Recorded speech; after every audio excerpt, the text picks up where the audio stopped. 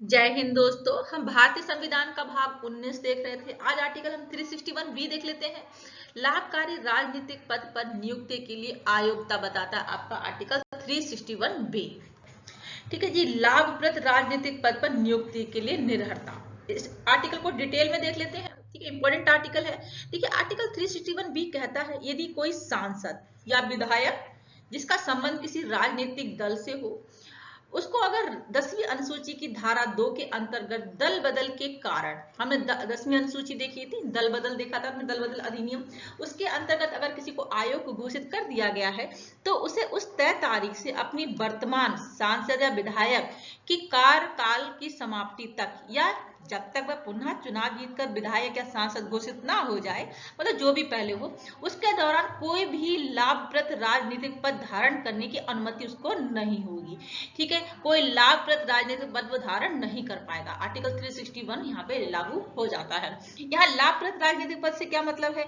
ऐसा कोई भी पद जो किसी केंद्र राज्य सरकार के अधीन हो या पूरी तरह या आंशिक रूप से सरकारी स्वामित्व वाला निकाय हो तथा उसका वेतन या पारिश्रमिक सार्वजनिक कोष से दिया जाता हो तो उसको लाभप्रद राजनीतिक पद कहते हैं। परंतु ऐसा देखिए, यहाँ पे अपवाद क्या है? परंतु यदि दिया जाने वाला वेतन केवल खर्चों की पूर्ति या क्षतिपूर्ति के रूप में हो तो उसे लाभप्रद नहीं माना जाएगा। ठीक है, तो सरल शब्दों में आर्टिकल 361 बी का मतलब क्या है? दल बदल के कारण आयोग घोषित व्यक्ति को कुछ समय तक कोई सरकारी या पब्लिक सेक्टर का वेतन भोगी पद नहीं मिलेगा। ठीक है, सरल शब्दों में समझ में आया? ठीक है जी, नेक्स्ट देखते हैं। देखिए, उद्देश्य और महत्व देख लेते हैं कि इस आर्टिकल का उद्देश्य क्या था।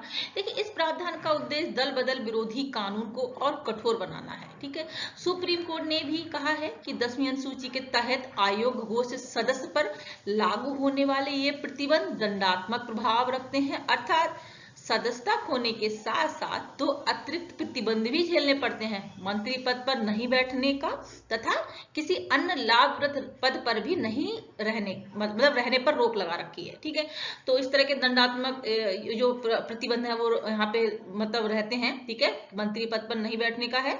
दूसरा आपका क्या है? कोई और लाभप्रद पद पर नहीं रहने पर उसकी रोक है। ठीक है, नहीं रहेगा मतलब। 91 में संविधान संशोधन 2003 के द्वारा इस आर्टिकल को जोड़ा गया था। It's very important, one lining में आ सकता है। ठीक है जी, 91 में संविधान संशोधन 2003 के में अनुच्छेद आपका 361 भी जोड़ा गया था ताकि दल बदल करने वालों को वेतनभोगी पोस्ट से दूर रखा जा सके, जिससे दल परिवर्तन पर रोक मजबूत हो। ठीक है, उद्देश्य और महत्व समझ में आया क्या था? अब हम इस आर्टिकल को बिल्कुल सरल शब्दों में समझ लेते हैं।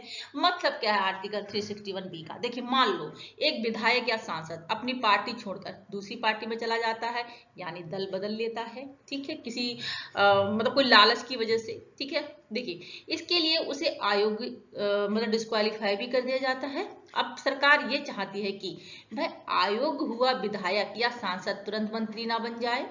ठीक है, उसे कोई सरकारी नौकरी जैसा लाभ देने वाला पद तुरंत ना मिल जाए, उसे सरकारी तनख्वाह गाड़ी बंगला वाला पद तुरंत ना मिले, क्योंकि वह अपनी पार्टी छोड़कर दूसरी पार्टी में चला गया, उसने दल बदल कर लिया तो उसको आयोग घोषित कर दिया। तो सरकार क्या चाहती है? ठीक है जी, समझ में आया? क्यों ऐसा? क्यों? ताकि नेता लाभ के लालच में पार्टी ना बदले, ताकि अगर ये जो रिस्ट्रिक्शन है नहीं लगाई जाएंगी तो क्या होगा? कोई भी नेता लालच में क्या होगा? पार्टी बदल लेगा। ठीक है, राजनीतिक पार्टियों में अस्थिरता, अनुशासनहीनता ना बढ़े, सरकार खरीद फरोख्त रोक सके, लोकतंत्र में ईमानदारी बनी रहे। ठीक है, इसलिए इस आर्टिकल को लागू किया गया। देखिए, 91वां संविधान संशोधन 2003, इस संशोधन से आर्टिकल 361 भी जोड़ा गया। इसका उद्देश्य क्या था? दल बदल करने वालों को सबक सिखाना, उन्हें वेतन सुविधा वाले सरकारी पदों से दूर रखना, दल बदल कर मिलने वाले फायदे से रोकना, राजनीतिक खरीद फरोख्त कम करना। देखिए, एक लाइन में अगर बोले तो दल बदल करने फायदा लेने वाले नेता को तुरंत मंत्री या किसी सरकारी लाभ वाले पद पर नहीं बिठाया जा सकता। इसलिए आर्टिकल 361 बी बनाया गया